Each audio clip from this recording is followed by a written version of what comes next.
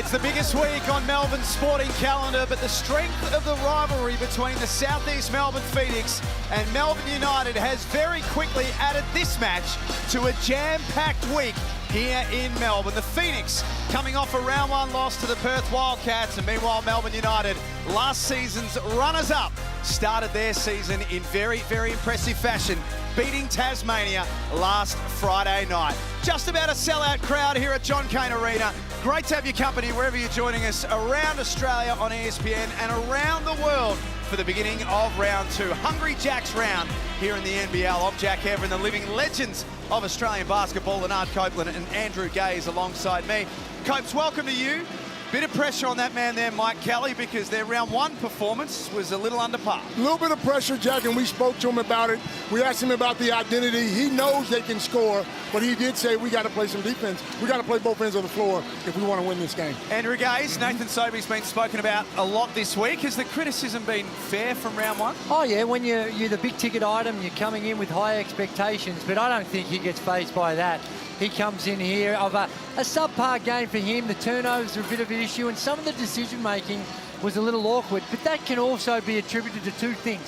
One is the injury, which Mike Kelly, he didn't want to labour that, but that clearly is a factor, but also putting your systems in place. Once you've got a better understanding of your systems and you know where he's going to get his. I thought in that game one, he probably took things upon himself a little bit more than what he should. But that'll come as he develops an understanding of what they're trying to do on the offensive end. Derek Walton Jr. was one of the biggest recruits in the off-season leading into NBL25. Grand final MVP from 2 years ago with the Sydney Kings, Coach. How did you see his round one game? Look, I thought he played quite well. I think it's going to take some time for him to get to learn his players. He has to find out where Sobey wants the ball. He has to find out where Wiskamp wants the ball.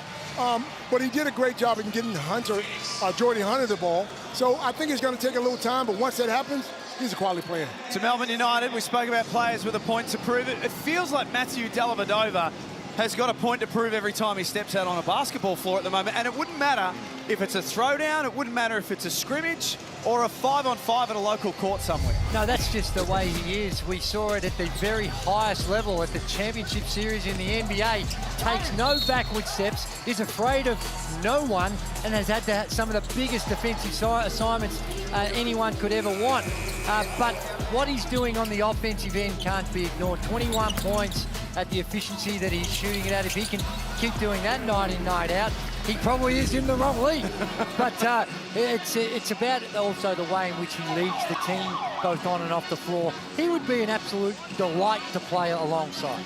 Talk about big signings. Derek Walton was one of those, as was Jack White right there, returning from the NBA, spent some time in and around the periphery of the NBA. Copes, he's such a big addition, particularly for this team with the loss of Luke Travis. Absolutely, absolutely. And when I heard he was coming back, I wasn't as worried because he's just as athletic.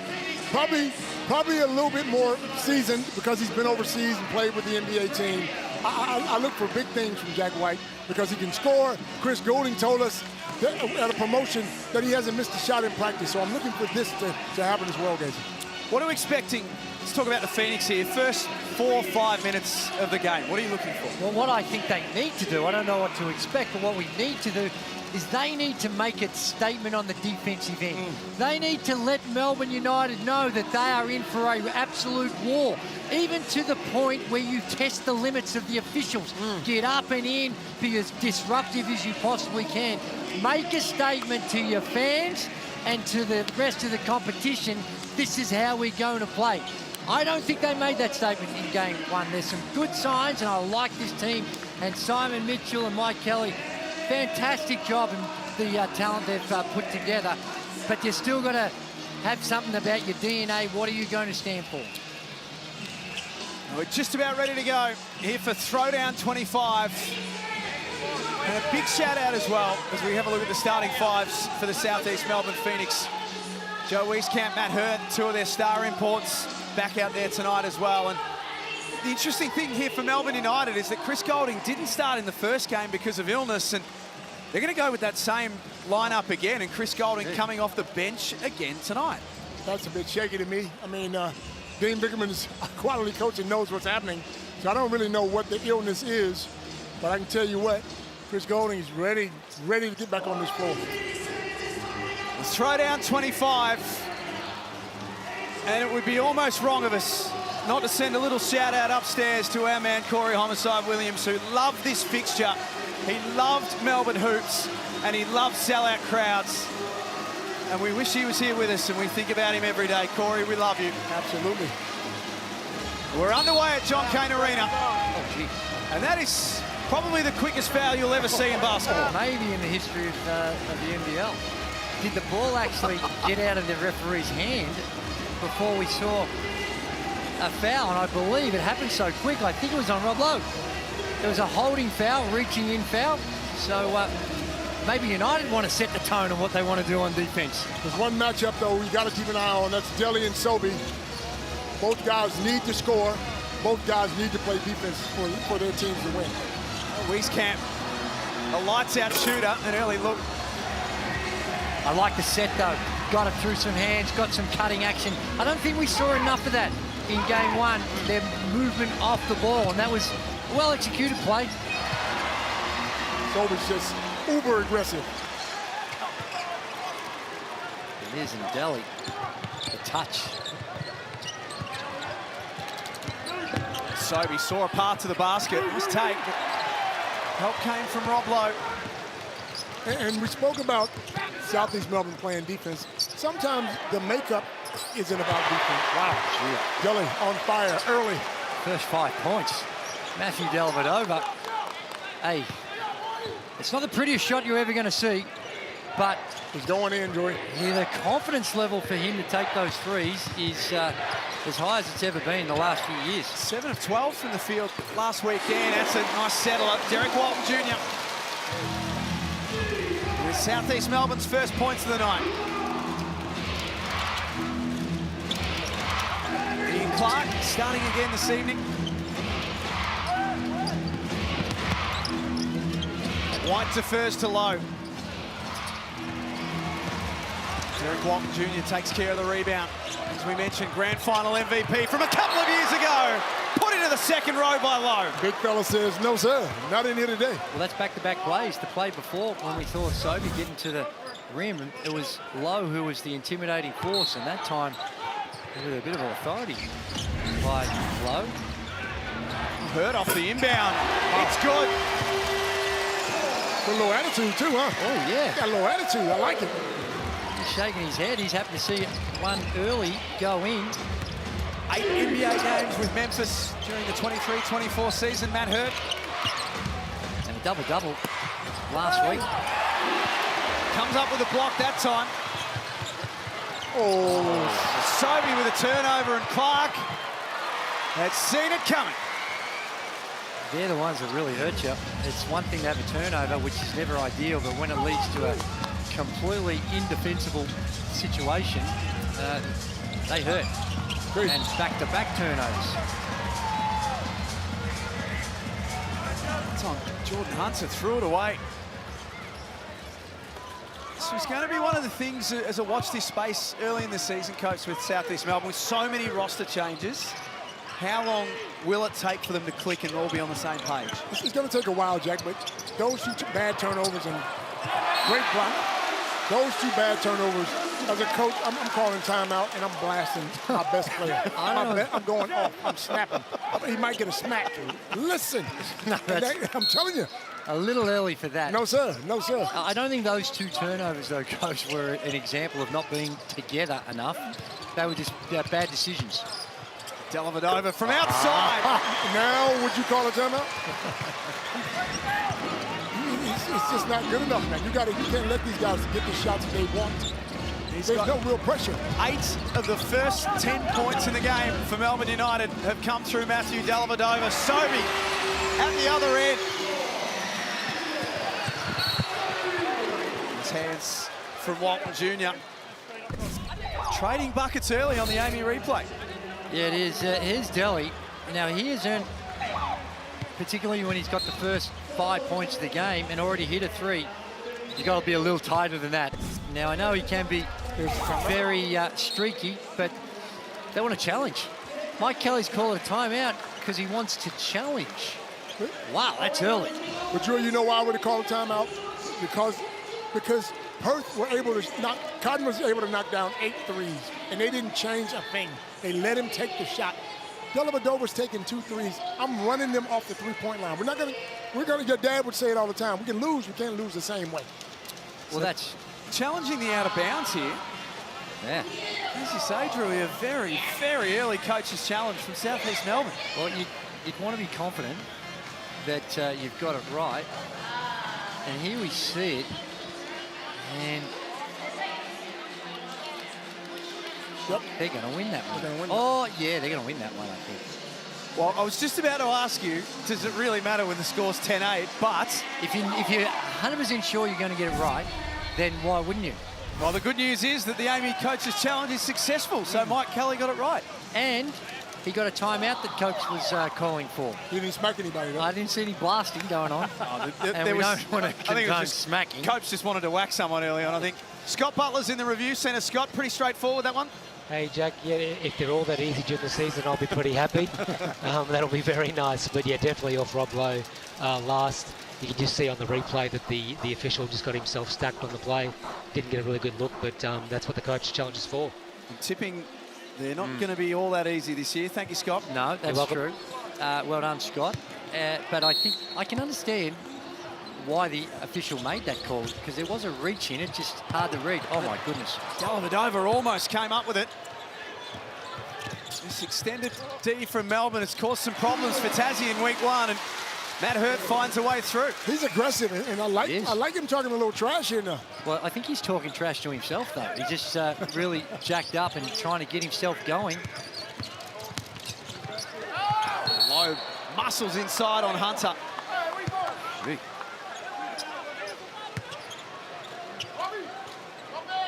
Geordie Hunter is attending to his nose. Wow. Oh, I think that's a good call. that is a good call. That's 2 fouls on Rob Lowe early. Well, he got the quickest foul possibly in the history of the NBL. I think we've seen a Guinness World Record tonight. And now he's coughed up another one. Right now, the way Hurt's going, I'd like to see him go back to the big fella. He's excited. The big hurt. The big Hurt. And, well, he's got it going. And in this frame of mind, and they do. Yes, sir. The big hurt is going to work. That's nice. He's talking.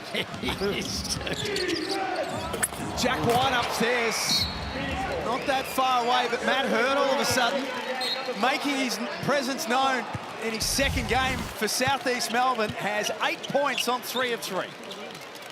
Well, again, the shooting technique is not something we would encourage youngsters to emulate, but It's going down, Drew. he's knocking them down. That's right. A bit like your golf swing. It's unconventional, That's but it right. sort of works. Certainly Ian's coach it does.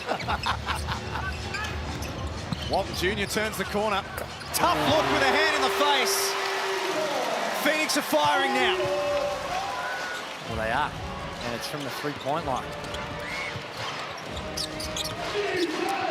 From 5 down, they lead by 6. Golding from a long, long, long way away. And that's the one he needed to get going. Oh, now he's talking. This is what we need, Joey. This is hey, look. But they're not talking to their opponents. Talking to their own bench. Talking to themselves. Good look for Vodanovic. Another knockdown 3 for South East Melbourne. That is 5 of 6 from long range. Wow. And Dean Vickerman wants to chat about it. Wow. That's some good shooting there. Well, we know what this conversation is going to be with Dean Vickerman, because sure, Chris Golding does what he does, but this has been impressive. 5 of 6 from the three-point line, and it looks so smooth. A lot smoother here tonight than we saw in game 1. The shooting wasn't great, 33% in the first game, but much better tonight. Kelsey Brown's courtside with us tonight. She caught up with Derek Walton Jr. pre-game, and they spoke about the buzzword of the week, defense. Defensively, it was hard for you guys to get stops last week. It was a bit of an issue. What has been the adjustment in training this week, and how do you come into this game to get stops off Melbourne United? I think we all kind of have to be honest with ourselves. This is an entirely new group, entirely new system for a lot of guys, myself included. Like I said, it's a lot of guys their first time over, a lot of guys that just our first time gelling together. We're just trying to find a foundation of what we want to kind of give up and take away from other teams. But for the most part, every night, just being physical, trying to contest every shot, box out a rebound, I think that's the keys to any game. Well, it's been a key focus for them in the week. So far, so good. Not sure if three-point shooting was a key focus in the week, but it's been great for them. There's Steve Hooker in the crowd tonight. Pole vaulting genius. Great man. Yes. He's a superstar. How would you go pole vaulting, Drewy? No, not very good. Come on, Jack. I know you're trying to get a laugh, bro. People at home are just cracking up. Olympic gold medalist Nerily Meadows was taking a listen in that timeout. And Mike Kelly obviously happy with things at the moment, up by 6 points. He said offensively, just keep it tidy, move the ball. Defensively, physicality is key as Golding offloads another 3. That's inexcusable. It's their regular Spain action that we see. And they either got confused or someone missed an assignment, but there's no way he should be shooting that wide open. Not that wide open. Him, in particular, him.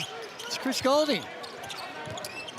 And the streak continues. That's now 67 games in a row with a 3 made. The basket won't count. Vodanovic called for the offensive foul. No, that can be a little frustrating for the coaches as Lewis checks out. Wieskamp comes back in. And I think it's just a bit of instruction about what took place on that last play and where your priorities need to be when they run that screener Spain action.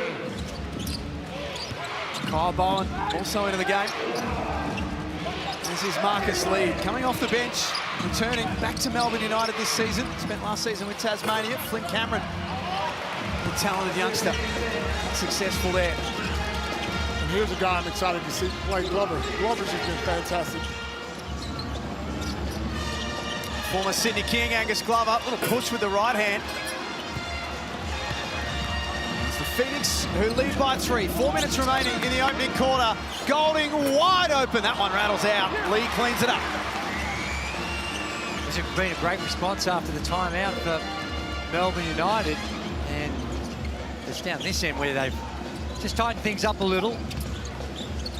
5-0 run since that timeout. Matt Hurts feeling good. That one's deep. And that's why you got to be careful. When you go 5 of 6, that's right, and all of a sudden you think everything's going to drop, got to keep finding that balance between the inside and the outside. That's right, Drew. Don't get caught up with just jacking threes. Boy, we're seeing some subs for Southeast Melbourne Phoenix. They are whipping them in and out. And I'm sure this is about the energy that they want to play with. And Mike Kelly just wanting to make sure that he gets them in as fresh as he keeps them as fresh as they possibly can. Golding off the inbound. They're having all sorts of problems keeping up with Chris Golding early. How does he get that wide open, Jack? He's 2 of 4. He could have very easily been 4 of 4. Yeah, the 2 in this for beginnings for him. Wieskamp from the corner. Look good out of the hand. One thing about this team is they got no attitude, though, because every time they make a shot, they're yelling at somebody. Golding sends it inside for Marcus Lee. Another 2 from close range. That's that margin. Back to 2 in throwdown 25.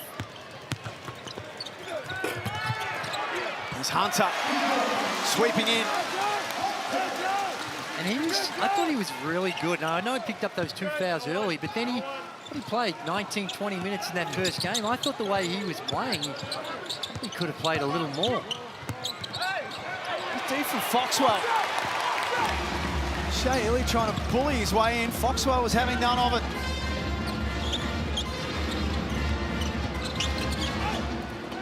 This time off the window, Wieskamp has 5 of his own to go with Matt Hurts 8. Their imports are firing. Absolutely. He's got that size, too, Joyce. Yeah. He's long.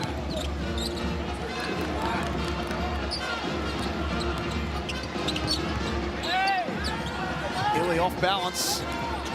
Little floater's no good. More pinballing around. I'm not sure. Held ball? Yeah, held ball. Jump ball. A jump ball, possession arrow with the Phoenix. Peace. Nice going with the subs every minute, on the minute. A couple of guys coming in. Jonathan Drury could have played in this era. Is this a... Drury could still be playing now in this era. Imagine Drury playing now and they sub. Boy, you check him out. Scared, getting kicked. No, that's not true. He pretended he couldn't hear. Oh, was that me? Did you want me? And you know what, Foxwell is a great example of. Didn't play the entire game, got in junk time. Well, actually, that's a bit disrespectful. Got in towards the end of the game in game 1 and had 10 points on a perfect 4-4. And that's the way you earn this earlier opportunity. Absolutely. And that's not easy to do when you've been sitting on the bench the entire night. Coming off a 25-5 season in the NBL1 with Eltham. Brings really, really good form to the start of this season. How tough is that from Wieskamp? Wow. He's a player, Drew. No, he's a good player. And, gee, 28 points already, and we've still got a minute and a half to go. One thing we know about this Phoenix team, offense will be free-flowing all night long. They're going to be fun to watch this season. Krebs with 4 on the clock. Big rebound by the next star, Malik Lewis. 19-year-old defers to Foxwell.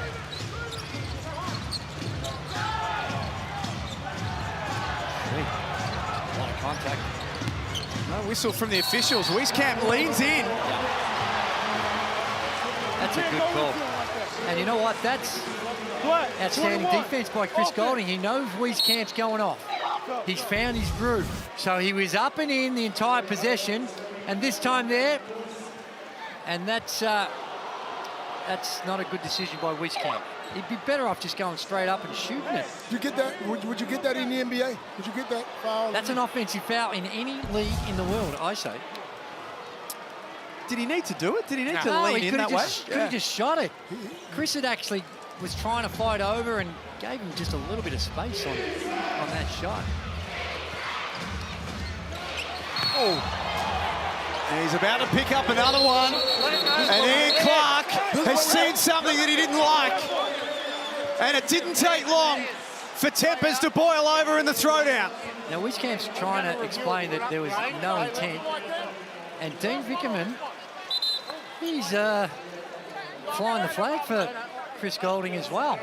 I want to review it, so I want you to go together. Here's the replay. Replay center, can I please review this for excessive contact? I have a normal foul. That's Chris Golding sold that. On That is contact and it's a foul. Is it though? There's a foul. He's raised the elbow. I think that's a foul. But they put a little mayonnaise on it.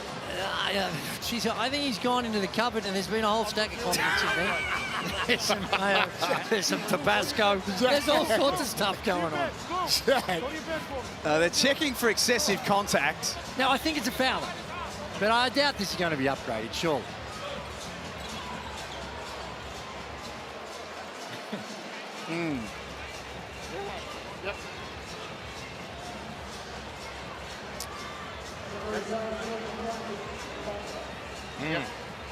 So the officials taking a very, very good look at this. Dean Vickerman, you can see there, had plenty of advice. Here's Chris Reed, our senior official. Oh, gee, they have upgraded it. We have 2 shots. This is the throwdown. Come on now. Well, I don't think whether it's a throwdown under any circumstances, I mean, we'll maybe get some feedback. I understand that the arm goes up, but This is in real time. the arm sort of goes up after he's made contact. I don't think Wieskamp tried to do it. I mean, I don't think he meant any harm. I think he's just... It's a hard foul, but come on now.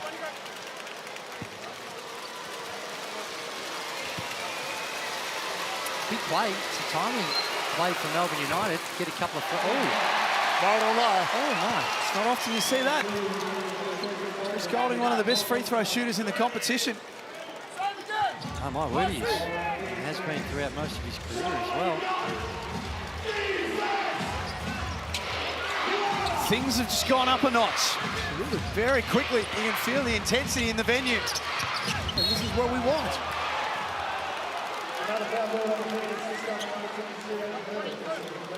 Well, we did ask for Southeast Melbourne to pick it up on defense. That's his first foul. Hurt. The big fella. Let's not forget, Matty Hurt is matching up with his former teammate in Jack White. Played under the legendary Coach K.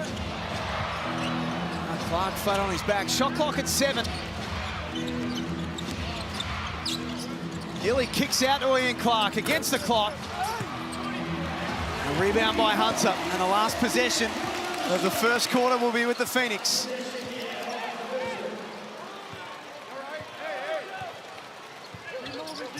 Ball in the hands of Nathan Sobey. They head down low to Hurt. 7 on the clock. Still time for Ian Clark. He sizes up his options. In the quarter time at John Cain Arena. It got spicy quickly here in Throwdown 25. It's the Phoenix who lead 28-21 in the Hungry Jacks NBL.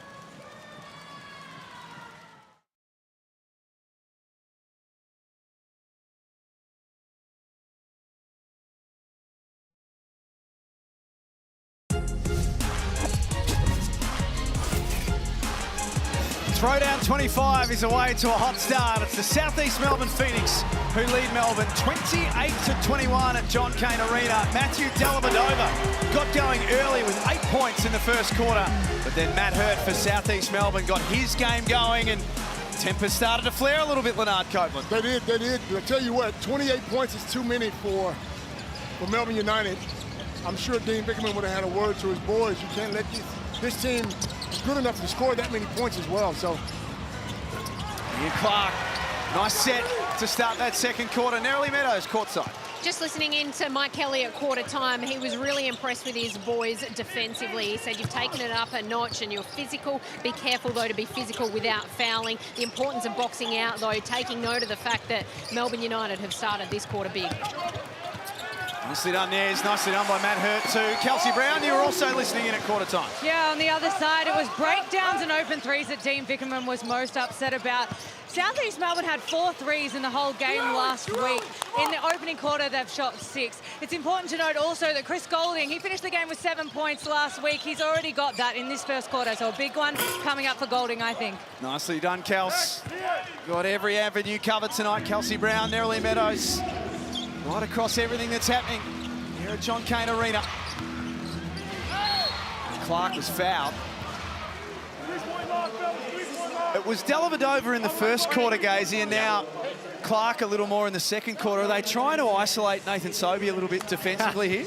A little. I think that certainly would have been part of the conversations that Dean had with his players. You know, sometimes that just happens naturally, but other times you'll be going out there to call some sets. And I've been really impressed with Hurt. With Matt Hurt, he can knock down the three ball. He rebounds the ball really well. And he's got a bit of toughness too, doesn't he? The toughness and the way in which he can put it to the deck. And it takes a unique type of player to play on him, because he can beat you in so many different ways. He's looking like a keeper.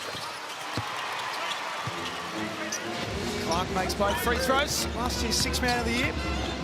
Good luxury that is to have Ian Clark as an NBA champion coming off the bench. Amazing. Not in the first two games, however. He started both. And this is where Derek Walton Jr. they need to run a play or two for Sobey to get him going. He shouldn't have to manufacture his own. Great shot by Chris Golding. 1 point game. Yeah, Chris Golding's too much in that comfort zone. Those off-the-ball screens, you've got to lock in a little tighter and to be more determined to get over the top. Sobey from deep, right in front of us. Not that time either. Melbourne have had the better of this second quarter so far. And Phoenix breathe a sigh of relief, because Chris Golding is starting to cook.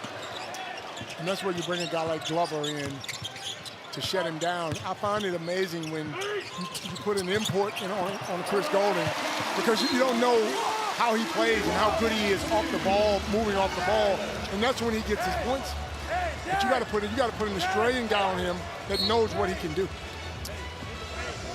Here's Glover coming into the game. Joe Wieskamp as well. They are frequent subs from Southeast Melbourne. It feels more like an ice hockey game. There is a lot going on, and when you're coming off and you know you're only going to be off for a minute or two, it's a little easier to accept. But Nathan Sobey just trying, like you mentioned, Coach, trying to make things happen himself. Last minute, a couple of shots, and sometimes when you just so happens it's your turn to come out, you think it's almost like, well, I'm getting penalised because I didn't make those shots. Yeah. Which is not the case. Right. Nice finish from Ian Clark off the glass. 9 points now. 9 for Clark, 10 for Golding, 8 for Dellavedova for Melbourne. Stars. Stars, Jack. It's a 1 point game once more. Finish from Hunter.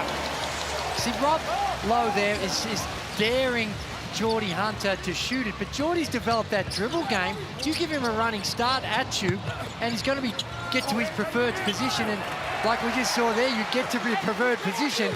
It's tough to stop those bigger guys around the cup. I'm not sure I'd be staying that far off Geordie Hunter.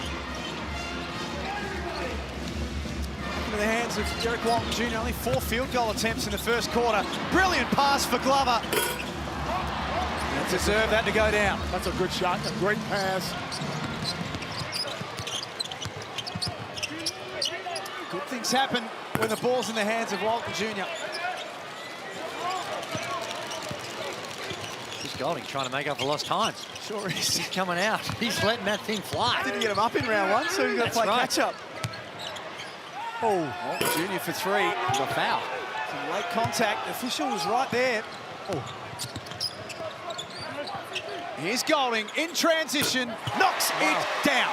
How could you lose my man running down the court? You got to know where he is. Glover got caught in the defensive transition. He had to guard low, and no one picked up his man. And they've given Derek Walton Jr. a flop warning. And here's your Amy replay. Chris Golding loves this, running down the court a little bit late. Everyone's losing sight of him, and he knocks down the 3. And Glover needs to know you can't be that far off. No. You've got to be touching him, make him beat you on a back cut, make him do something else rather than catch and shoot. There's certain guys you cannot leave. Cotton, Golding, I'm going. They got to go to the toilet. I'm going to the toilet with them. Right now. 14 points to 6 in the second quarter. In this Tangerine timeout has Melbourne United leading. If you have just joined us, it's been the Phoenix who have led for the bulk of the game so far. They had their lead out to as much as 8 at the back end of the first quarter. This Melbourne team are as proficient at the offensive end of the floor as they are at the defensive end of the floor. My word, and I think that first quarter, a lot of their lead was predicated on what they're doing on the offensive end. They were coming down, everything was falling, 28 points in the quarter. There's certain times you know that you're not going to be able to shoot at that type of clip the entire game. But this fella here, Chris Golding, like I said, making up for lost time. He's come on every time he's touched it. Uber aggressive. But I think too many times they're the right shots. It's not like he's had to force too many up. There's one of your boys, Gazy, Hawthorn Premiership star, Jordan Jordan Lewis, in the house tonight for Thursday Night Hoops. Yes, indeed. Is Hawthorn in the grand final? No. Excuse me. Team on the rise. They'll be there soon, the way they're going. It's a big, big week in Melbourne as far as sports goes. And Melbourne lead by 2. Nez, you were taking a listen to Mike Kelly. A 15-6 run to start this second quarter for Melbourne United, and it was a team approach. These are the moments where your identity is challenged as a new team that's really been put together. Nathan Sobey said, stay together. Sam McKinnon, assistant coach, was very vocal, very unhappy about the threes that have been allowed to fall for United. And Kelly, he said, let's not lose shape in these moments. They're 7 of 18 from the from outside. Melbourne, they could be even better than that number. Hurt for 3. Great look. Oh, big rebound by Vodanovic. Oh, was that on the rim? It was. Now, if it's in the cylinder, you're still allowed to hit it once it hits the rim, but if it's on the rim, that was a touch and go one. Kelsey, you're listening to Melbourne United. Yeah, very different down this end. It was all about the defensive end. It was saying tighten up. They're happy with the looks that they're getting. They're happy with the shot selection, but defensively, not the Melbourne United way. Is it fair to say, Gazy, the game has changed? It's a lot of threes. Bro, I was born too early. My word, you were. Still look younger than half the players out on the floor, too. Well, both these teams, it's almost at 50%. Certainly way off the charts for United. They've had 29 field goal attempts, 19 of them coming from the three-point line. Cameron off balance. Strong rebound by Joe Wieskamp. 25-year-old out of Iowa. We've had 33 threes. There's another one. 54. And it ain't even halftime yet.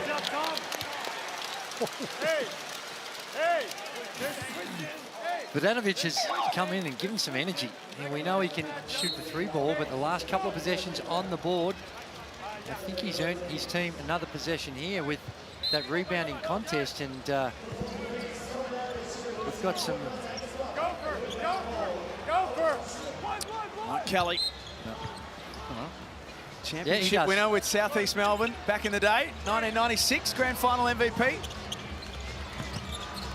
Renowned defensive specialist in his time as a player in this league. Foxwell, another who's given some spark off the bench. He's so good, man. He's aggressive. He's not afraid of anybody. He comes at you. He ties this thing back up at 36. This time it's South East Melbourne who have adjusted out of that Tangerine timeout. Illy with 3 on the clock, gets to a nice spot. Well, right now, Phoenix are playing with the Eltham Wildcats backcourt from last season in NBL1. And, of course, they went on to win the South Division. No doubt they smoked you guys. I know we got him. We got him. Wieskamp almost travelled. Did lose the handle. Turnover for the Phoenix. Jack White buried away in the corner. That one short. Krebs, Cameron, Illy, White, Marcus Lee out there for Melbourne, Glover, Hunter, Vodanovic, Wieskamp, Foxwell. Foxwell gave him a crank. He did. Hey, let him know. Well, not in here, son. You're taught to tag the rollers, but he took tagging a little too extreme and give him the old forearm. They put him down too, Gazy. My word. And again, some more substitutions. Wieskamp and Glover checking out. I don't mind the substitutions, but sometimes it's hard to get into a rhythm, Drewy, when you're subbing that much. That's it. Coach Jack White's one. I reckon if I'm Dean Vickerman, I want to try and find a way to get him going. He's 0 of 2 from the field. And alley-oop. He's yet to score. Just get him, try and find a way to get him a few more touches, get him involved. And that's what can happen when everyone's got a license to come down and blaze away. You can go through long stretches where guys actually need the... And then when you do get it, you feel take a bad shot. bit anxious because you go, hey, I might not get this back. Right, but then when you have that many superstars on the team, it's probably going to happen. Shaley makes the first last season's Defensive Player of the Year. You can get all the latest breaking news direct to your device. What? You can check out the live scores, track your favourite players, Supercoach numbers as well via the free NBL app. It's easy to download, even for you, Drewy. Love it.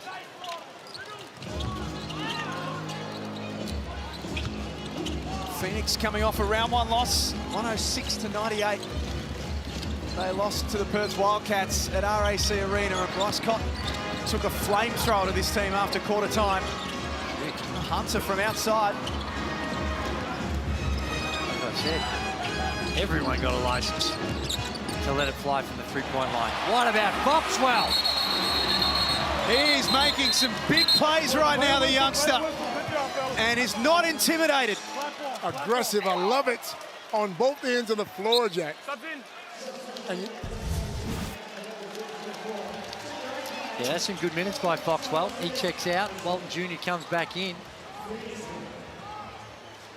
21 years of age, he's chasing around an NBA champion, and he treated him like he was just an average Joe. Well, that was just some good defense. Slides his feet, keeps him in front. 2 more for Walton Jr. Starting to get going now, that's 7 points. if I'm Sobey, I don't let Golding touch the ball. Not even, you got to get up and just, I know you got to play team defense, but he's too hot.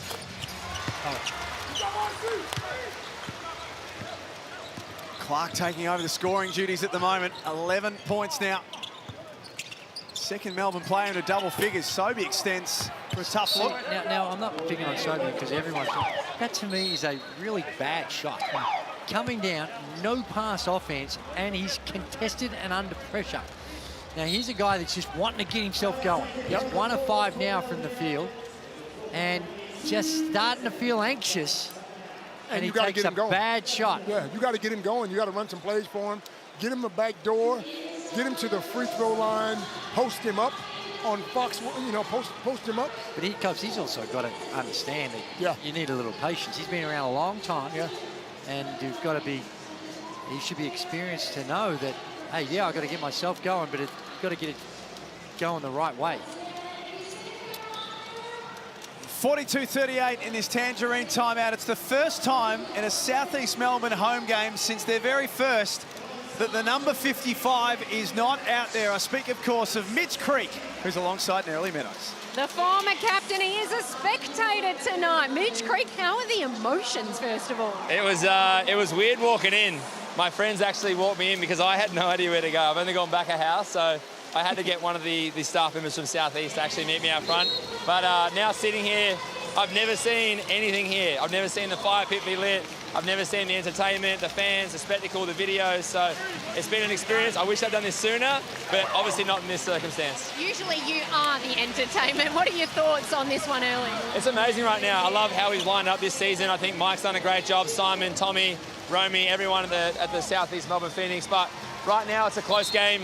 Chris is playing great. As always, Delhi's doing a great job. It's very close, but just sitting here enjoying both sides. Obviously, I'm always going to be Phoenix, but right now it's just nice to be out here and spectating from the sidelines. What's next for you? It's a great question. I've had a couple of offers and I've turned down a few. I haven't spent time with my dad and my 2 sisters for about 9 years altogether. So I was in Noosa and the Sunny Coast for about a week with them, and honestly, it was such a humbling experience just to be with my family again. And to not have to be on someone else's schedule, to be training 3-4 times a day. But right now, I'll go overseas in the next couple of weeks and just enjoy what's coming ahead. Just quickly, is it all over for the NBL, or is there hope for us to have you back? Look, I don't know. It's right now, it's probably too soon to say. I've enjoyed my time in Australia and what I've done. I've given everything I can over the last 5 years here. The NBL's been amazing to me. The Southeast has been an incredible family for me as well. But right now, it's overseas. We'll see what happens off court as well. Things are going really well there, so I'm enjoying just the development off court. And if I can transition a bit more basketball when I get back, I'm getting older now, so we'll wait and see what happens, but I'm enjoying this moment in time. Jack, all I heard is you're saying there's a chance. Yeah, exactly right, Nez. I heard the exact same thing. And if you follow Creaky on Instagram, he's still training like an absolute maniac at the moment as well, so keeping himself very fit. He's going to come and play for the Tigers in the NBL1. How about that, eh? What are these? Not sure your budget extends that far. Let me tell you something. If he comes out of that pocket, he probably can get Creaky. Shea Illy, that is way too easy. A straight line drive by Shea Illy to the basket. And they're the breakdowns. We've seen them on the offensive end. Now we see one on the defensive end. That you just see right there. Now there's a switch somehow or other, Geordie Hunter, but when you see that, don't let him split that gap. That defense has got to collapse and make Shea Illy make a tougher shot than that. Phoenix have only scored 10 points in this quarter, Jack. They had 28 at quarter time. Melbourne United give them a lot of credit. They have cranked up the D. And we knew they would. Oh dear. Dellavedova, right place, right time. And just like that, it is an 8-point lead for Melbourne in the throwdown. Only a few minutes ago, they trailed. Right now with this lineup, Eddie Dellavedova's on Matt Hurt. And they find a way, because this is a small lineup. This is possibly the smallest lineup that Melbourne United can go with. And it's basically having Jack White playing a 5. So that's why you need to go inside now. Throw that thing inside a little bit. Shot clock winds down to 10. Game clock, 5 seconds outside of that. Coach Ian Clark is on Hurt. And Hurt's on the 3-point line. And, you know, I'm sure this is not a lineup that Mike Kelly thought he was going to see a lot of, and you're not prepared, but in this instance, but you should have those actions when you, what are you going to do when there's a mismatch? How are we going to penalise what this small lineup's doing? But when they're just, everyone's just spread, it's kind of what Melbourne United want. That's when you got to go get the plays. As a point guard, you got to go, hey, I got a mismatch. Everybody out, throw that thing inside. IQ, Jack. Who's that last play with Chris Golding and Joe Wieskamp? We've already been caught up once tonight. And the foul was called for the use of the forearm. Soft. That's a very soft call. 11.9 seconds left, Tangerine timeout. Still to come tomorrow night here in the Hungry Jacks NBL, a doubleheader. The Illawarra Hawks, who were ultra impressive in round 1, take on the Brisbane Bullets, who were the complete opposite, if we're being totally frank. And then the big one tomorrow night, straight after that, Perth versus Sydney. The Sydney Kings have stayed in WA since Hoop Fest, so they've been on WA time for about a week and a bit now. That's going to be a good one, Jack. That's going to be a good one. Well, they're the two teams that I think most people have predicted are the top 2 teams in the pre-season rankings. And early in the season to see them go at it, Sydney Kings were very good. They had to withstand a really significant charge by the Adelaide 36ers. They've done that twice, too. It happened in the preseason as well. That's coming up tomorrow. The season is kicking off with a bang. 5 seconds for Walton Jr. Slicing through. Sobey denied by Lee. Count it. Golding from beyond halfway. Melbourne United clamped down. Their defence strangled Southeast Melbourne in quarter number 2. And as a result, it's United who lead 46-40 at halftime here in Throwdown 25 as we get over to Nerily Meadows. We've got Matt Hurt alongside me. Down by 6, you're up by as much as 8. What's gone wrong? Yeah, I think just find open shooters. Golden's got out a couple in transition, made about 4 of them. I feel like Pressuring them could always be better. Just get more boards, playing defense, a little bit of everything. You personally, 12 points and doing it at both ends of the court statistically. How pleased are yourself so far, given how new this team is coming together? Yeah, it's very new, but, you know, I just got to go out and keep playing my game, keep grinding, keep playing for my teammates. Good things will happen. Appreciate your time. All the best. Over to you, Kels. I'm here with IC. I see they stunned you early, 6 threes for them in the first quarter. What did you tighten up defensively? Just getting out the shooters. We know that they have to play in transition. In the first quarter, especially in the first half, they kind of sucked us in and got those guys some open looks, so we did a better job of covering it. Up by 6 at halftime. What do you need to do in the second half to push this lead up? Just continue to stay grounded on their penetration. They got guys that can create for them off the bounce, so I think we're doing a good job of walling up, but they're making shots right now, so we got to do a better job of just contesting those. All the best for the second half. Thank you. Plenty to talk about. It's United who lead by 6. The halftime show coming up next.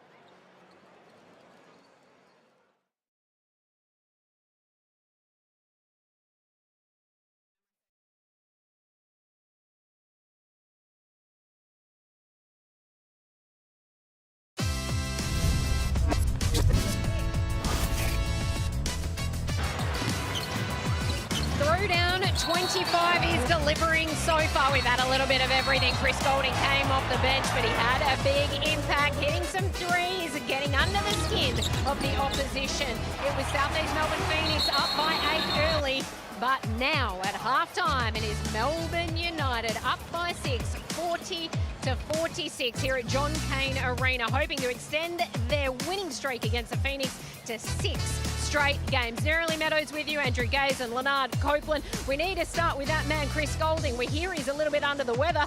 It's not showing. 40% from 3. Well, he's just trying to shoot his way out of it, isn't he? Because he's come in and he caught fire early He's already made 4 3-pointers. He's 4 of 10. He has not taken a field goal attempt inside the 3-point line. That is just a complete and total defensive breakdown. And there's another one where you're just not energized enough. Lewis, new fella, young fella coming in. Angus Glover giving too much time and space to Chris Golding. And really, he's missed 2 or 3 other ones that he was wide open in, and they got let off the hook. But always good to see Chris Golding in full flight. And if this is how he's playing when he's a little under the weather, just watch out if he finally gets a little more healthier, Cokes. Well, look, first of all, you can't give him that many shots right wide open and think he's not going to score. And last week they did the same thing with Bryce Cotton. If you're going to win this game, Southeast Melbourne has to pick it up on defense. Don't let him touch the ball. Now, it's easier said than done, but if he's coming off knocking down threes like that, you're in trouble. Blackmore's shot chart there of Chris Golding, and really helped out by Matthew Dellavedova, who started super aggressively for Melbourne United with 10 points, 8 of those coming early. But Matt Hurt, he spoke about the influence of Chris Golding as well. He's having an influence on his own. Hungry Jacks highlights 12 points in that first half. I love him. He's going to work. He's talking trash, Julie, and he's going to work early, but they stopped giving him the ball. I mean, this guy can play inside. He can play outside. He rebounds the ball well. He's aggressive, and he's got a lot of confidence, Julie. Yeah, you see the 3 ball there, he can knock it down, and that's what impressed me. When he gets it on the perimeter, if you close out hard on him, he can put it to the rim, moves well off the basket. There we see again the Blackmore's shot chart, the 12 points, 5 of 8 from the field and 2 of 4 from the three-point line. But we saw one late, I think it was the end of the first quarter, where he went down the box. Now, he missed the shot, but it looked like he knew what he was doing down there. And I don't think we've seen any action that has gone to him or any one for that matter in the post-up situation. So just trying to find that balance between inside and outside and how you want to get those inside opportunities as well. It's going to be really interesting to see what Mike Kelly says to this team at halftime to get them back focused and back on board in such a huge game for them. Second round action in the Hungry Jacks NBL. We got double headers galore as the weekend unfolds. Bryce Cotton will be leading the way for the Perth Wildcats up against the Sydney Kings. RAC Arena once again. What a start for the Wildcats getting to play at home. The Kings had a win over the 36ers. The Cats had a win, of course, against Phoenix. So this one is going to be important when they've both started well, Cokes. It is definitely going to be important. Let me tell you something. These guys have taken 43s, Julie, in a half. That's a lot of shots. I was born too early. I imagine us taking that many threes in a half. Are you kidding me? It'd be nice, but you got to make them. And in that first half, and particularly for the Southeast Melbourne Phoenix in that first quarter, they were white hot. But we all know that it's very tough to keep doing that for the entire game. As we mentioned, they were up by as many as 8 points. Can Mike Kelly galvanise this group and bring them together? Second round action in the Hungry Jacks NBL. Don't go anywhere because Throwdown 25, second half is coming right up. Right now, it's Melbourne United leading 46-40.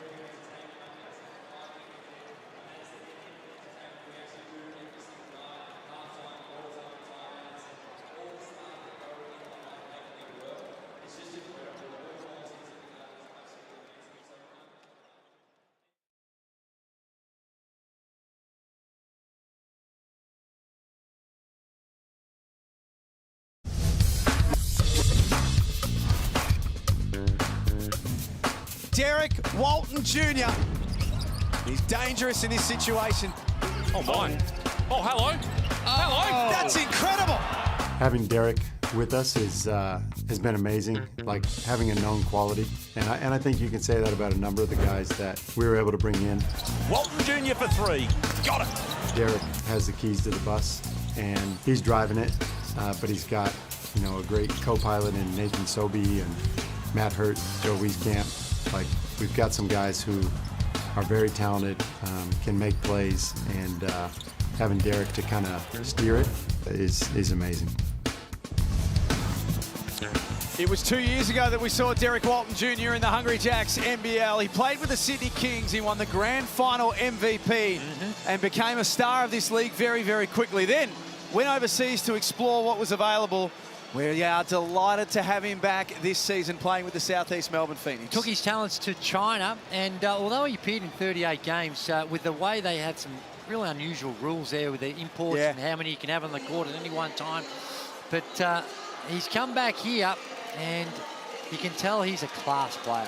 He distributes the ball with that mid-range, very good, and can get to the rim, create for others, so he's a high-quality player. Hey, look, this Southeast Melbourne Phoenix team, if you're going to get them, you better get them now, because I think they're going to get better and better as the season rolls on, and the more time they spend to get together with each other. A lot of substitutions in that first half. Is it too many?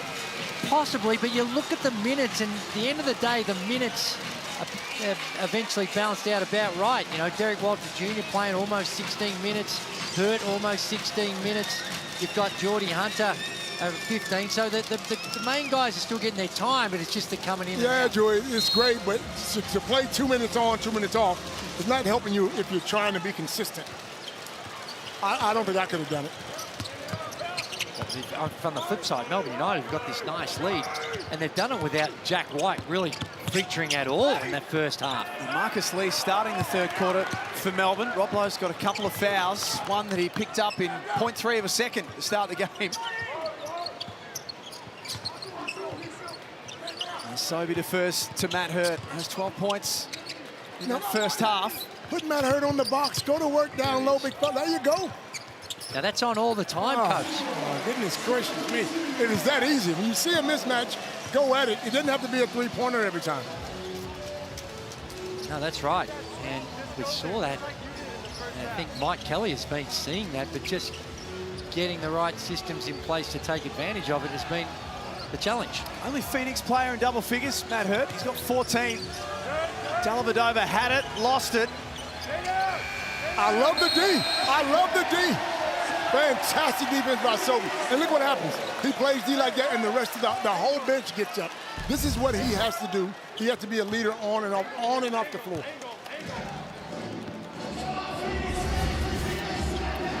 So a bucket and then a stop to start the quarter for the Phoenix. Hurt to the rack, tipped in by Hunter. They've got the first 4 points. That could very easily been a foul. And the same play, they were trying to do that the first time down the floor, is just get a rip for Hurt. Oh, hello. And there's that combination with Matthew Dellavedova and anyone that can get their hands above 10 feet, because he can just throw it a pinpoint accuracy, and that is beautifully executed by Dellavedova. You gotta be a special guy to be able to catch that ball, though. Gotta be special. Last season, it was Ariel Hookporty and Joe Luala-Chul who were recipients of the Dellavedova lob. This season, Marcus Lee happy to treat himself. Here's the former Jack jumper, the right hand. And now Melbourne United have scored the last 4. Did he try to make that? No, he didn't. Wow. Just looked awkward. Seems though it's taken a little bit of the air out of Southeast Melbourne Phoenix, who made a fast start to the third term. Hunter in congestion. Tough finish from Jordan Hunter, and now he's got 10. You know what I like so far, Jack? Sobey isn't scoring, but he's doing the other little things. He's playing defense on this end. He's assisting on the other end. He's trying to contribute, and that's what I like about it. Well, they found a formula. The first 3 plays, all identical and all coming with scores.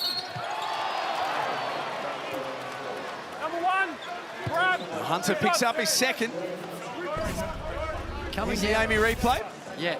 Here's the on ball. It's kind of a go screen, and Hunter gets caught in having to try and help. And if you get behind Hunter and you've got the size and athleticism of Lee, it's just a matter of whether the class is going to be on point. With 21 points, 6 assists in the opening game, Matthew Dellavedova. Here we go. Is Chris Golding, is this going to be a year-long thing, coming off the bench, or what? I wouldn't have thought so. Box out! Could you imagine you, Julie, coming off the bench? oh, my goodness me. Jack, let me tell you something, bro. Oh, my goodness me. I'm not even going to acknowledge it because it just wouldn't happen. There's no point talking about something that would never happen, Coach. Oh, I'm not talking about this guy wouldn't sit on the bench doing practice. No, sir. And again, they go back to the exact same play. That punch screen coming from the elbow. Walton Jr. with 5 on the clock. Has Hunter rolling. A great shot. And change of strategy for the Phoenix in the third term. It's working out okay for them. Illy got Sobey up in the air. O-board from Lee. Back out to Dellavedova. I didn't see him. He had Ian Clark right behind him. That probably would have been the better option.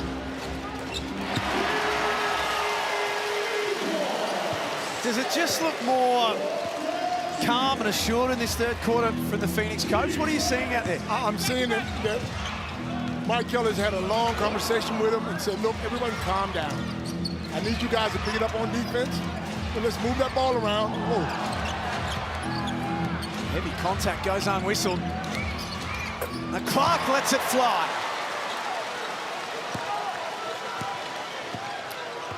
And every time that the Phoenix get it back to within 2 or 3, Melbourne come up with a bucket. Sobey tough. In traffic. Now look, Clark guarding Wieskamp. Clark guarding Wieskamp down the other end is another one I'd look at. Yeah. Now, you know, we haven't seen enough of Wieskamp to know how comfortable he is, but not only just as a scorer, but if you can get him that mismatch on the box as a passer with some weak side action can also help. And here's Sobey forcing one up and gets the roll. Boy, this game has changed.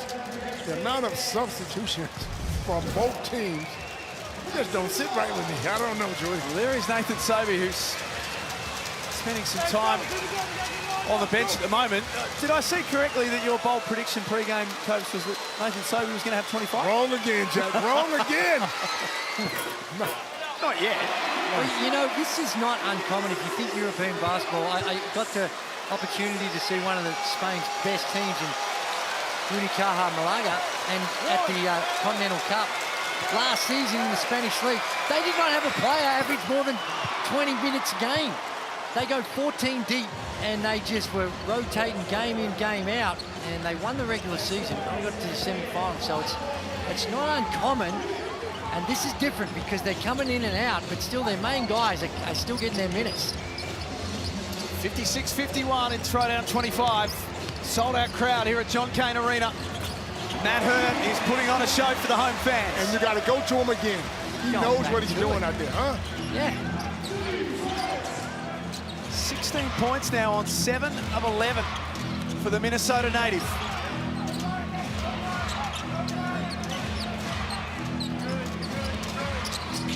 Golding turns the corner. Defers to Illy. Flynn Cameron late in the clock. That's a wild one. And Angus Glover goes down off the ball too, and pretty keen to get back up and tell Marcus Lee all about it. Yeah, but what are you doing? You're just going to get yourself penalised as well. Did we not call a foul? We just called a foul. How much more control you want? Relax, fellas. That's a good point. Well, I think Angus Glover, he felt like he got thrown to the ground by, and they did call it. Let's have a look. And he threw him to the ground, they called the foul. I'm not sure what more you can do, like the official said. I called the foul. Everybody calm down. The foul was called. What Tom did in the first quarter. So yeah, but don't, hey, all you're making us do is do something, okay? Chris Reed, our senior official. You love when they give the explanation, though. I mean, it's great that they come up and say, calm down. We got this. That's where you got to be cautious, though, when you've got the call. Don't go and do something that can negate the call. Correct. One thing about Angus Glover, he will give you a 100% effort 100% of the time. Hard on the sleeve. Malik Lewis, the next up, off the back.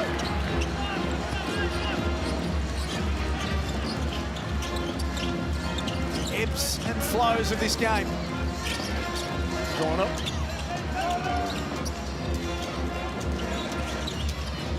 Single figures on the shot clock once more. Phoenix are stacking up a lot better defensively in this third term and just forcing some looks that Melbourne don't want. I got it off black, but I'm not sure either. You're not sure we got help ball? We got to go down here.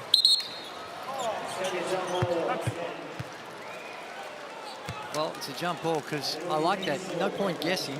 And I think he was right, though. I think it did come off. Phoenix end up with it, but possession arrow changes. So you're okay with that? You don't mind that if you don't know, you don't want to just guess. Thomas pass inside was a little ambitious. Dellavedova quickly to the other end of the floor.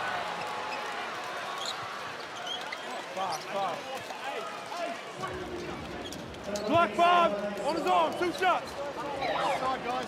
Huddle on the outside. Wow, it looked like Jelly just bulldozing straight into bulldozer. Glove up. Maybe clearly the official deeming he wasn't in the fundamentally defensive sound position.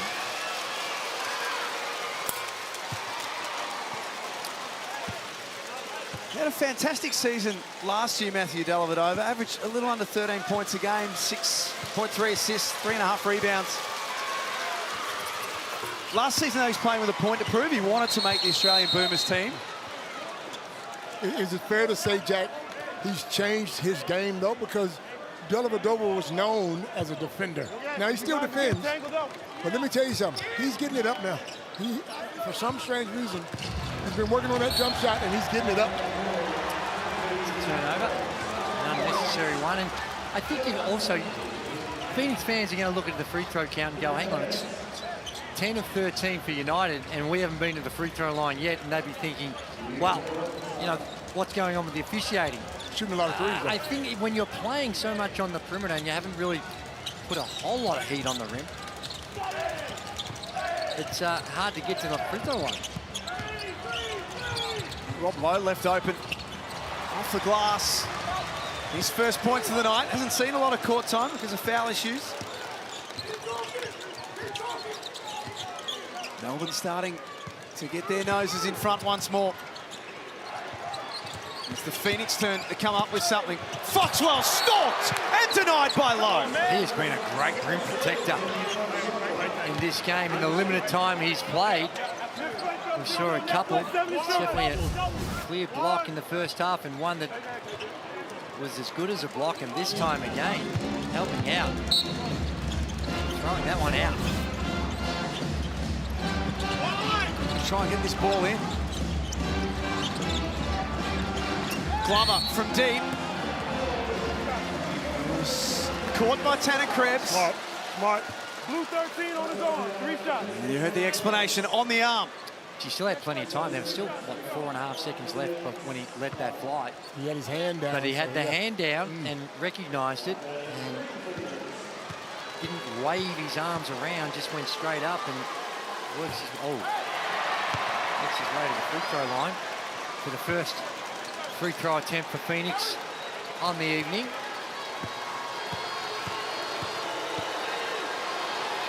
I asked this question at the beginning of the year, Joey. Yeah. Now, Sobey's been on a team where he's been the man for a very long time. The ball goes through him, on him, under him. He takes whatever shot he wants. When you put talent around a guy like Sobey sometimes, it's harder for him to get a shot. That's when he struggles. I mean, it's going to take time for him, and that's where the point guard has to go, I got to get my main guy a couple of shots, get him going early so he feels like he's a part of it. No, that's certainly a part of it. But I also think he now might need to just tweak his game. Well, how's the passing? Behind the back for Lowe. 60-55. On Foxwell's played some meaningful minutes coming off the bench tonight for South East Melbourne. Wieskamp has 7 points. Steps back on Lowe. And jumps out. He shoots that thing really high, doesn't he? Mismatch down low. Wieskamp at the moment guarding Rob Lowe. And Hunter isolated, trying to stop Dellavedova.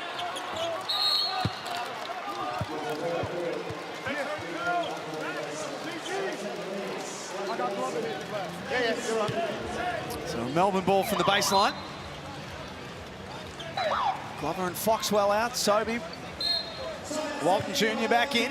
The Reebok influencer seats are back for NBL25. Daniel Gorringe, who had a short stint playing AFL, but is a juggernaut on social media now, taking in the action for Thursday night hoops as well. And we're seeing a good game, 60-55. My word, we are. And it's sort of fluctuated. The start that the South East Melbourne Phoenix had was extraordinary, and the defence that Melbourne United have been able to do to slow them down has been a feature. Tangerine timeout. Let's get over to Kelsey Brown. I'm here with Michael Zarafa. Michael, here sporting the South East Melbourne Phoenix. They've got a bit of biff out on court. I think they're taking after you. Have you ever played basketball? No, I'm a terrible basketballer. I think I'll keep my style in the ring for sure. You fought 3 weeks ago, but for boxing fanatics, they probably know what you're up to. But for common folk like me, can you tell us what's coming up for you? What are you up to with your time at the moment? Yeah, so next week I'm waiting for a result.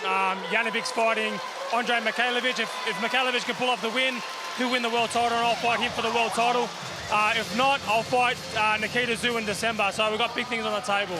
Awesome, and finally, before the boys get out on court, who you got for the win? Phoenix, I'm green and black all the way, 100%. We love it. Thanks for your time. That's the pretty boy, Michael Zarafa, taking in throwdown 25. He's a quick. Oh, gee. He is powerful and quick. Sure is. Melbourne from the baseline. Oh, there we go. Came flying in. If you won't give it to me, I'll go get it. He's the right place in the right time. And his athleticism on full display. First points of the game. That's Dellavedova, looks up ahead. Give him another. Hasn't got a lot of support. I feel like that might end up on overtime during the week. Just a little too crowded. Off the noggin. Low is down low. There's another Come on, bro. Off the ball contact. Jack White making some room for himself. Important couple of minutes here for the Phoenix. Cannot let this lead extend. It's missed by a considerable margin. Nathan Sobey, who's 2 of 9 for the game. 1 of 5 from outside. Meanwhile, Melbourne at the other end can't capitalise through Golding.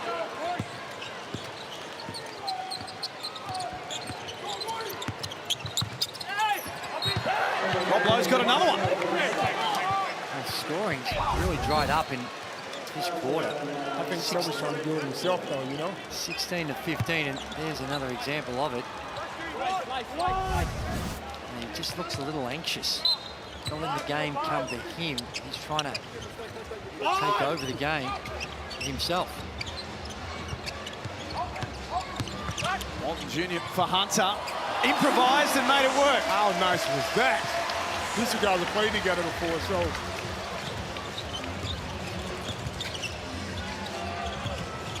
He's one of the best rollers to the basket. In fact, he might be the best roller in the basket to the competition. Jordan Hunter, but his opposite number, Rob Lowe, drains a deep one.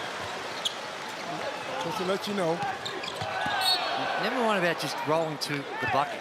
Jordy Hunter has the capacity to be one of the most influential players in this league.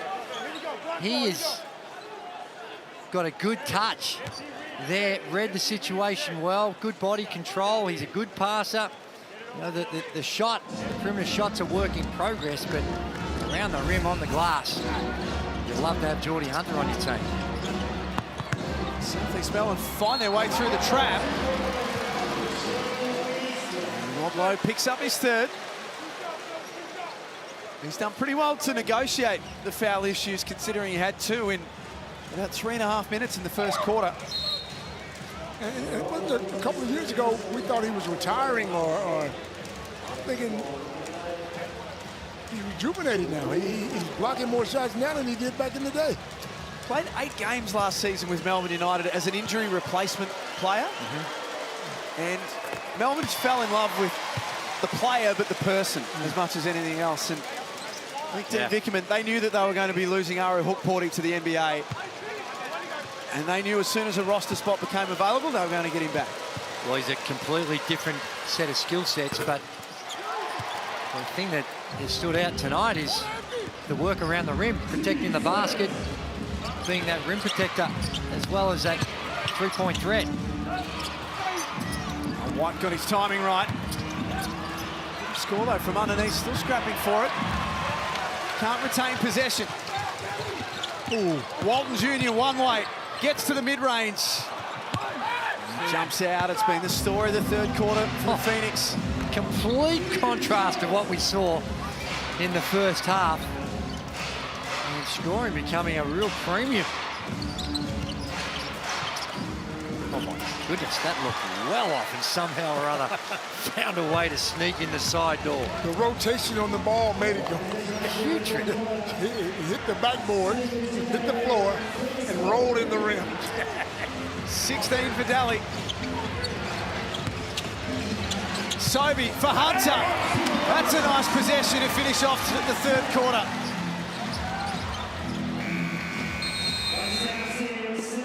And the Phoenix hang around. 7 points is the margin at three-quarter time. Melbourne 67, Southeast Melbourne 60 in Throwdown 25.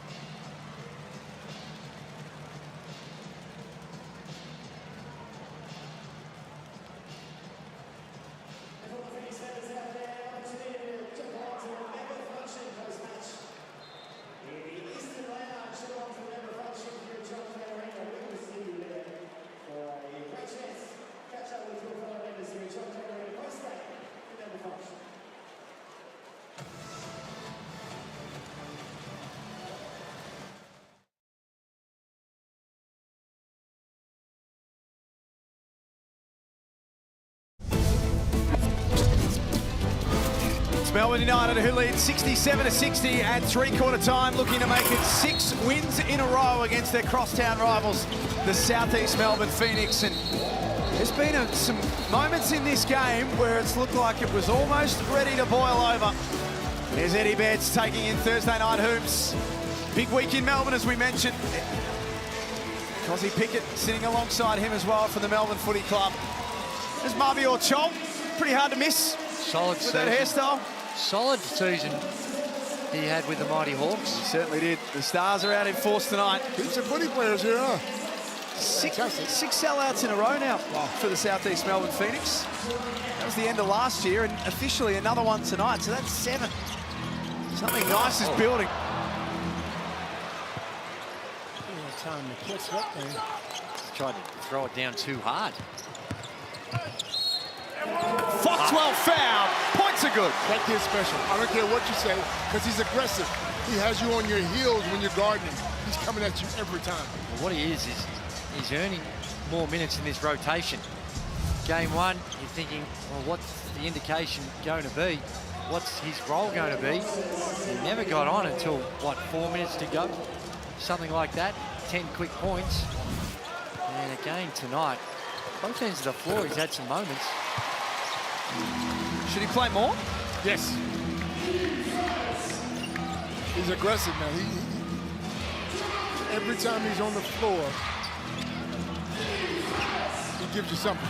Absolute hound defensively, like that play there. Every time, both ends of the floor. That's right, and that's hard to do. Staggered screen, coming off, and you're guarding a shooter like Clark. You've got to stay on his hip, and he was able to do it. He's a young man who's had to do it all the hard way. He's not intimidating. I mean, rarely do you get a guy this young coming in playing against stars like this. Bowen picks up the dribble. Good look for Krebs. Bowen retrieves that ball. Melbourne get another look at things and to expand on their 4-point lead.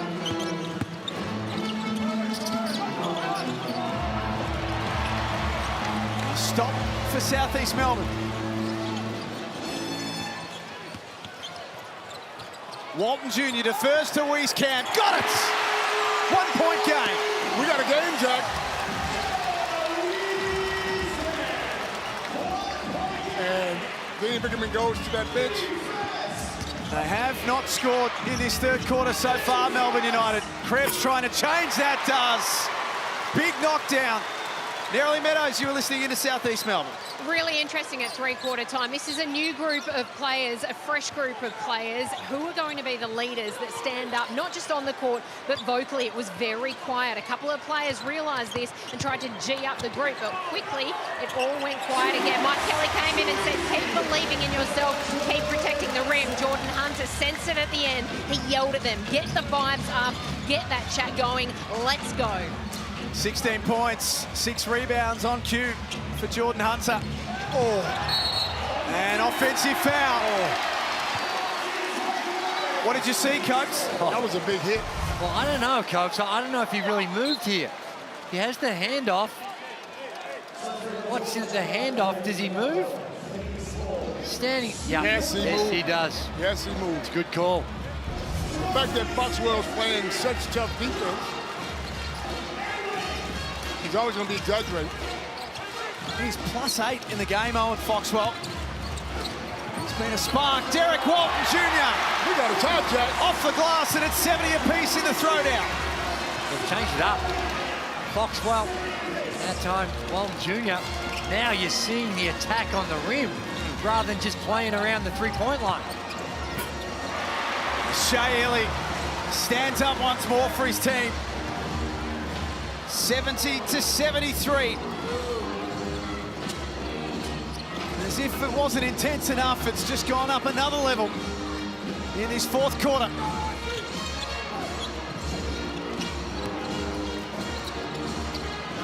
Clock down to 4. Has to be Jordan Hunter. He left that one well short. 0.2 of a second, all you can do is tap it in. Because that shot never hit the rim, so there's no reset. Although they are going to have a chat about it.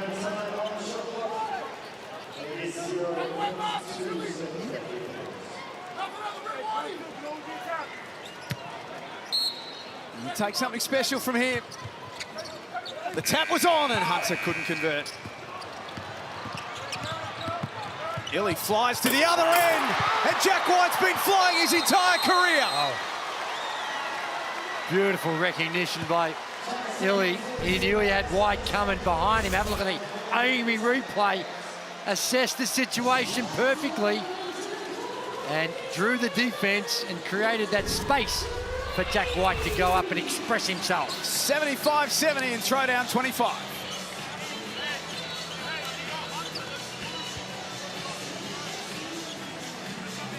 This is some sort of game.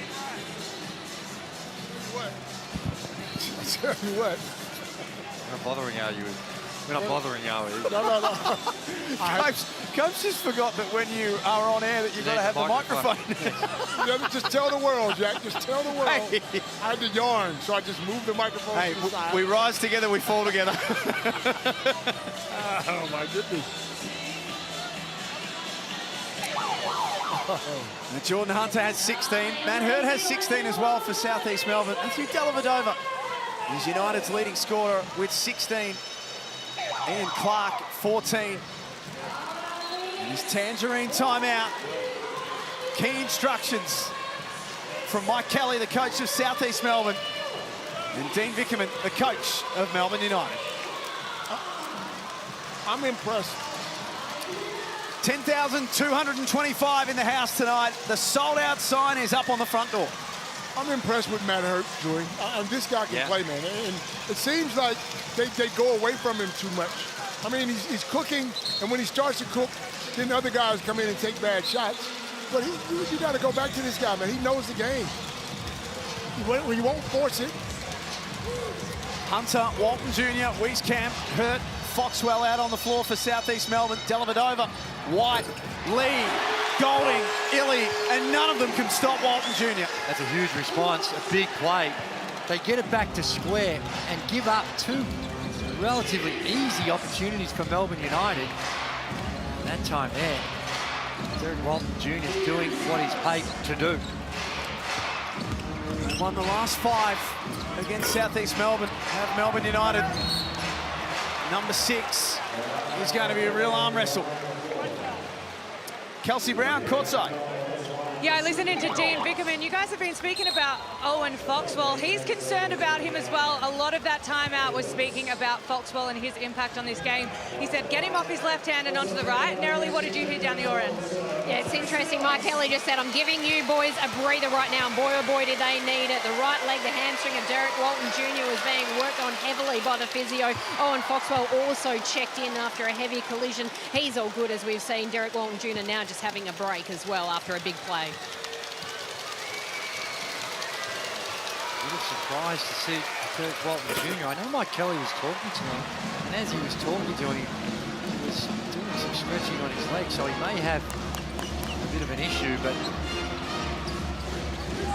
Foxwell has been big in this fourth quarter and showed great confidence in him by his head coach, Mike Kelly.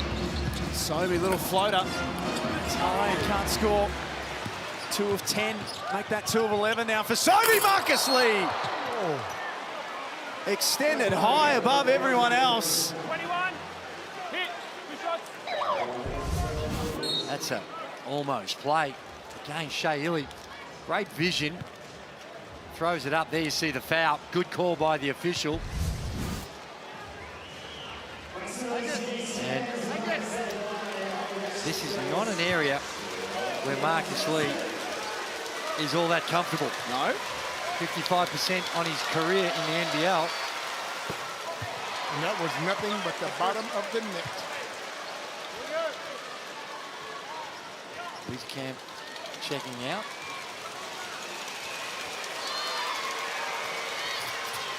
Wow. Neither ball hit the ring. Shot him like he meant it. He's been working on that thing. 6-point lead to Melbourne United. Phoenix got it back to 2. And in fact, it tied it up earlier in the quarter as well. So United steadying. Foxwell. As that shot rattle out. It's the sort of, I'm sure these are the sort of shots you want. Jack White with his feet set. So early in the offensive set. You know, Foxwell's done some really good things. He's feeling good about himself, but want to explore an earlier option to get that shot that he took at any stage. Matt Hurt with a hand in the face. He's having a really good night. Give him the ball. 18 now. Give him the ball, Jack. He's looked a threat every time he's touched it. 8 of 12 from the field, Copes. Super efficient. You know, with 5 rebounds and 3 assists. Dellavedova taking on the responsibility himself.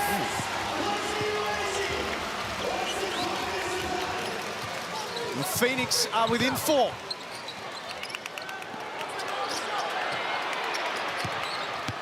Sobey inside for Hunter. And the former Sydney King will be on the line. Well, he's got championship pedigree and he's been in some big moments. And right now, in the context of this game, these are big moments. And Foxwell checks out. Walton Jr. comes back in some really good minutes by Foxwell. I got him on speed dial. If anything goes wrong, he's going right back in that game. Well, he changed it. He changed it around for him. And it's not like you look at the stats and they're going to jump out at you, but it's at both ends of the floor what he's able to do. And speaking of guys that just, you know, can be a little variable from the free throw line. Jordy Hunter, at the start of his career was real shaky. He's up to 73% on his career in the NBL. Leaves both on the line. 2 big ones. Tom Vodanovic next to us at the scorer's table. And we're ready to check back into the game. Dellavedova inside for White. Great pass.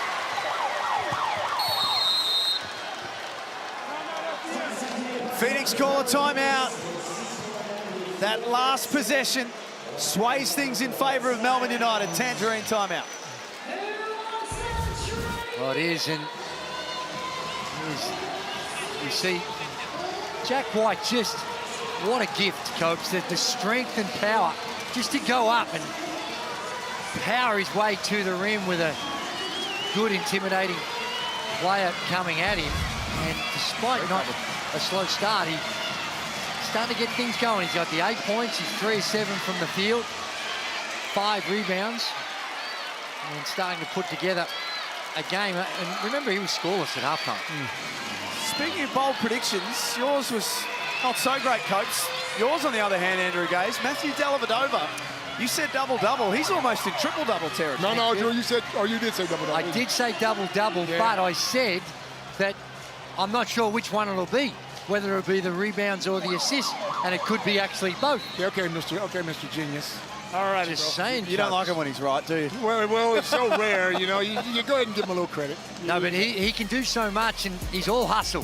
Whatever it takes with Matthew Dellavedova, he gets it done. We've spoken about how the offense can be a little shaky from time to time with the three-point shot, but can be streaky. But it's the hustle play, right place at the right time type moments for Matthew Dellavedova.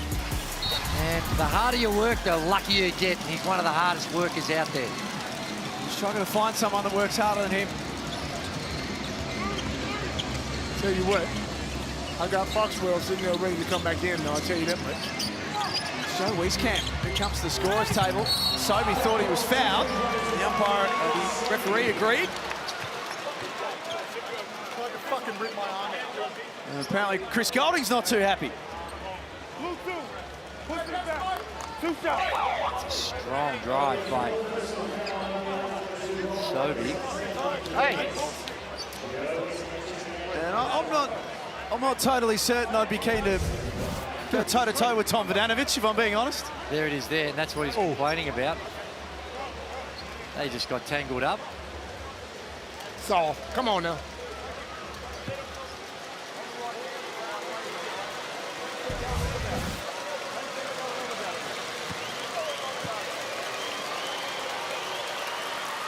Sobey makes the first. It's been a rough night for him. 2 of 11 from the field, 1 of 5. In fact, that one he made, I think, was his first attempt in the first quarter. But he's experienced, and they're going to need him down the stretch. I still go back to you being the man and having that being the first, second, or third option on a team, and now you're not he's so not much that option, those options. No, you can't. He's not that. In Brisbane, he was, though. That's what I'm saying. In Brisbane, he was the first, second, or third option. White. Sobey went with him. It's a good foul. It's going to be a dunk. Jack White with no step just goes straight up and not for Sobey's foul. He flushes that. Well, this eventually gets it there. Sort of a half a step into it. Sobey with the desperation. But this guy is just power.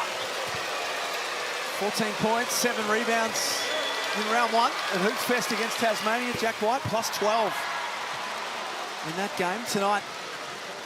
And there's 9 points, 5 rebounds. Kenny, his presence, physicality.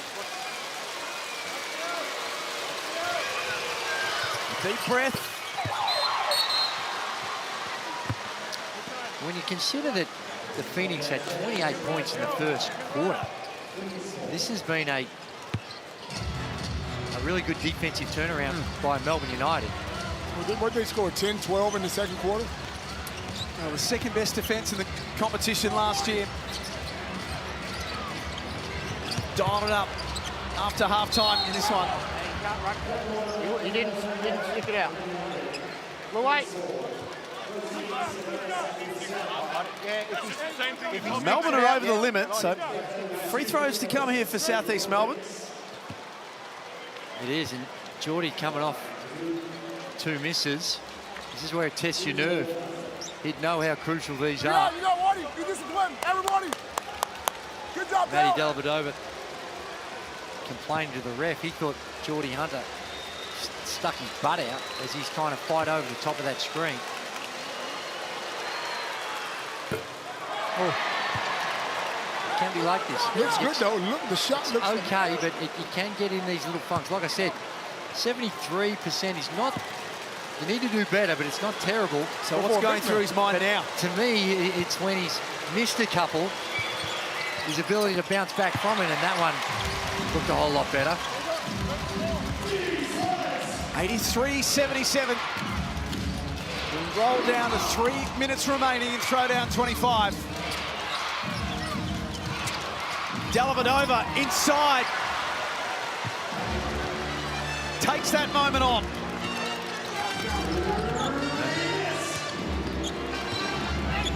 Sobey's turn at the other end with the left hand. They stay within 5, South East Melbourne. They can't get any closer than that, no. They got to stop, Jack. Got to shut something down right here. A White extra give. And Jordan Hunter went straight up, no foul.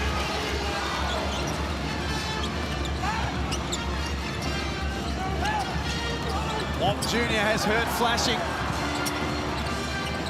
He's kept that one alive, but into the waiting arms of Shea Ely. United slow things down. Look for a meaningful set and to expand on their 5-point lead. You go with Lowe or Marcus Lee in this situation. With Lowe, it's that last one. Golding blocks. But Sobey got a piece of the body too. 3-20. I see that again. That's the desperation you need. Good closeout. South East Melbourne having a look at this. I think it's a foul, isn't it? It's hard to tell from that angle. Hard to tell, but there it is.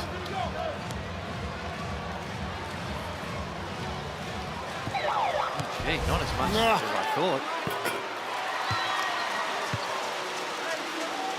I think Mike Kelly wanted a challenge. Too late now, isn't it? You need to hurry up if you're going to. Yeah. The call to time out.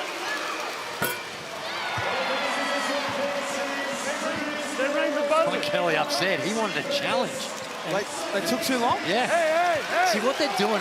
They've got their guys, and I think sometimes it takes a little time for them to get the feedback from the guys on the computer, trying to see that play and all the different angles you got to check.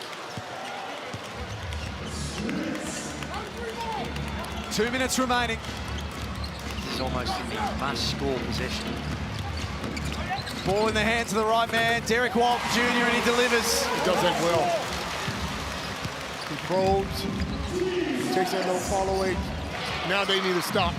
17 points on 7 of 12 for Walton Jr. As Cope said, their work now needs to be handled at the defensive end. Dellavedova.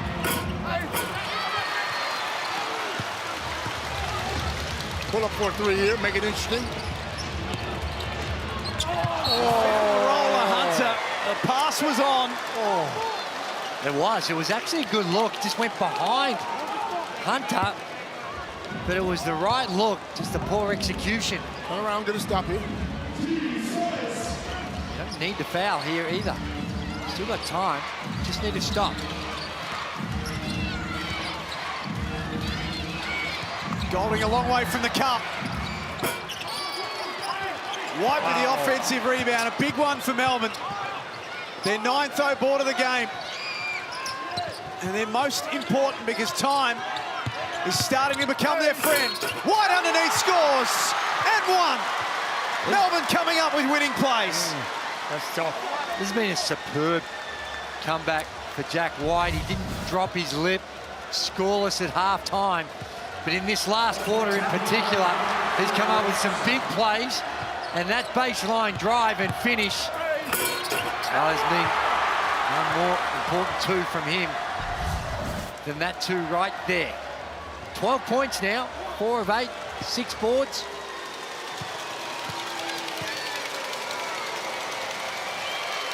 To make it an 8-point game, and it just about put this one away. Timeout, Southeast Melbourne, but as Mike Kelly signalled it, a look of resignation on his face. Well, it's a tough situation now. I think with only 52 seconds remaining, Mike Kelly needs to draw up something that is going to give someone a good look at a 3-ball, because when you're 8 down, it's all about the possessions as well. 3-ball, and then clearly coming up with a stop before you have to play that foul game. They've had their chances, Southeast Melbourne, haven't they? There were times where they got scores back to level, or they've been within 2 a lot, Coach, but just haven't been able to get to that next step. Missed free throws, turnovers, bad shots. You know, that can hurt you. And especially Melbourne. Melbourne has so much experience in games like this. James Bickham's been through it, you know, tons. And again, Matty Dellavedova, you've got to take your hat off to him. And right now, he's not afraid of the moment, of course. He's come up with some big plays, finishing at the rim or the pass. He's got the 18 points to go along with the 10 helpers. And we'll throw in 5 rebounds just to make sure that you don't forget about me. It's been another special night for him. You got him in your Supercoach team, Matthew Dellavedova? Should have. If you don't, then you've missed out on some big points in the first 2 rounds from Matthew Dellavedova. 59 threes taken by both teams. They must score, Southeast Melbourne, and they must do it quick. Wieskamp on the move. There's the bucket. Good play coming out of the timeout. I got about 47 seconds, replay center. The clock didn't stop, of course, in the last 2 minutes on the score. Clock's got to stop. So they're going to go back and have a look. The replay center. It is.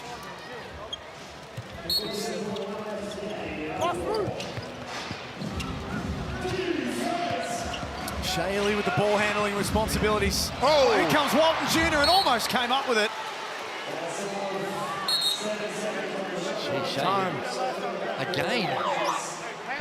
No, we're inside the last 2 minutes. Well, you've got to get it over the center line. Let us check this first.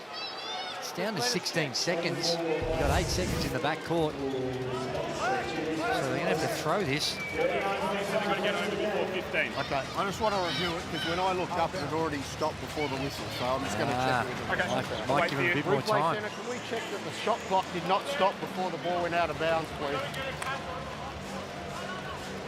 Okay. So this is about the shot clock because it's showing 16 seconds left on the clock.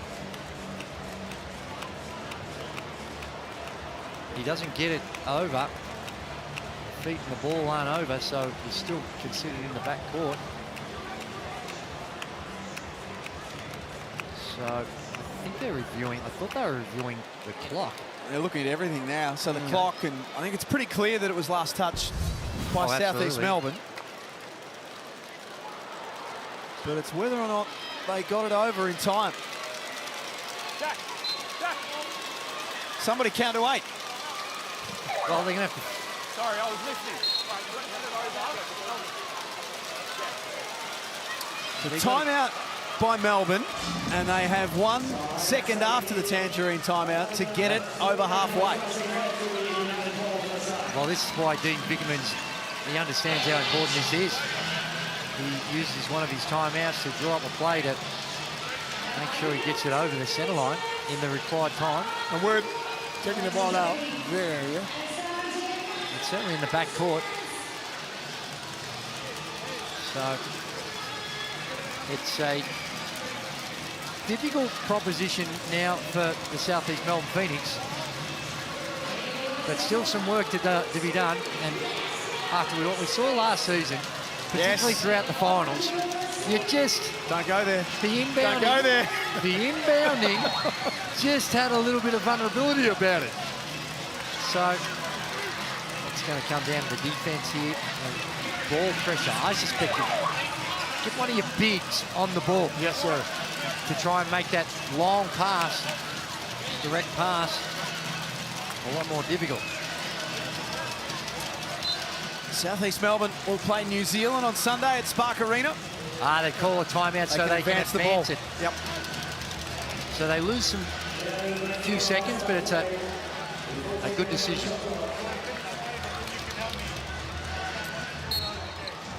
Dean Vickerman using that timeout to his advantage. Phoenix have no fouls to give. No foul. Down to 7 seconds. And you're putting a very good shooter on the free throw line. You can hear Mike Kelly in the background, and he's very upset with the decision to foul. Was it 5 fouls for Nathan Sobey? See, and he was yelling, don't foul, don't foul. Plus, you've had a timeout. You would have discussed what the scenario is. And You had to go check in, right? unfortunately, they put Chris Golding on the free throw line, who has He's missed one today, though. a career 82% from the free throw line. In this situation, he's exactly the person that Melbourne want on the strike. Hit wide first.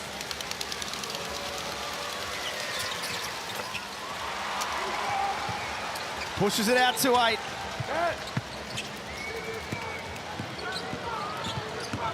Walton Jr. will go exploring for a quick bucket. Hurt can't score. Melbourne in possession now. And Golding walks to the other end of John Cain Arena to officially ice the game. So they had the chances, Drew. No, they did. Made some mistakes down the stretch that hurt them. I like this roster, though, what Phoenix have done.